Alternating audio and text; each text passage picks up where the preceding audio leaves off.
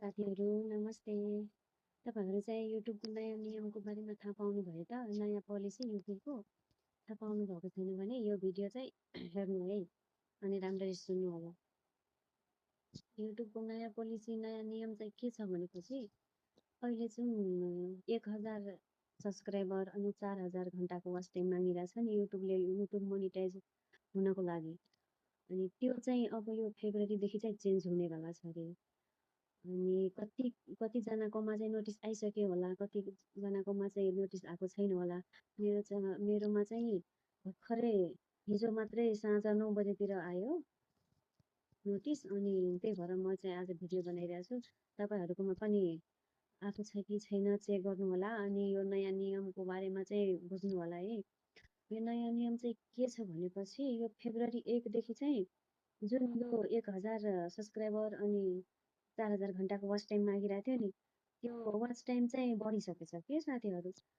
YouTube monetise हुनको लागि चाहिँ अब 8000 घन्टा वाच टाइम चाहिने भयो। अनि सब्सक्राइबर चाहिँ त्यही 1000 नै हुन्छ। अनि जति साथीहरूको चाहिँ मोनिटाइज भइसकेछ नि उनीहरूलाई त केही फरक पर्दैन। जसको चाहिँ युट्युब मोनिटाइज भएको छैन नि उनीहरूलाई चाहिँ एकदमै इफेक्ट पर्ने भयो के। अब के गर्ने त, यो छिटो यही 2026मा चाहिँ युट्युब मोनिटाइज गरिहाल्नु के साथीहरू।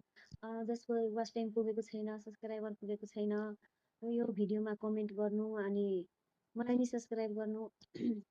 मैले तपाईँहरूलाई सब्सक्राइब गर्छु, कमेन्ट छोड्नु है। कमेन्ट छोडेपछि मात्रै सब्सक्राइब गर्न मिल्छ कि, नत्र सब्सक्राइब गरेपछि थाहै हुँदैन कि त ड्यासबोर्डमा गएर देखिन्छ उसले सब्सक्राइब गर्यो भनेर।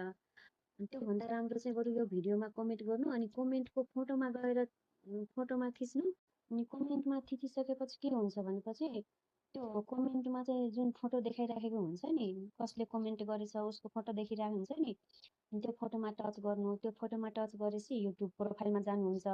जसले कमेन्ट गर्नु भएको छ उसको चाहिँ प्रोफाइलमा जानुहुन्छ, युट्युब प्रोफाइलमा। अनि युट्युब प्रोफाइलमा गएपछि अनि उसलाई सब्सक्राइब गर्नु अनि उसको भिडियो लाइक गर्नु, कमेन्ट गर्नु।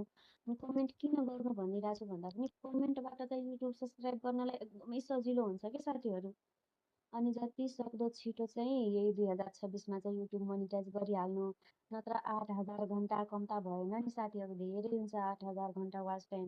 झन् हामी सानातानाहरूको लागि त सपनामा मात्रै हो। त्यही भएर चाहिँ एकअर्कालाई सपोर्ट गरौँ। अनि हजुरहरू पनि चाहिँ युट्युब मोनिटाइज गर्न चाहनुहुन्छ भने चाहिँ मलाई नि सब्सक्राइब गर्नु अनि भिडियोमा कमेन्ट चाहिँ अवश्य छोड्नु है, अनि लाइक पनि गर्नु।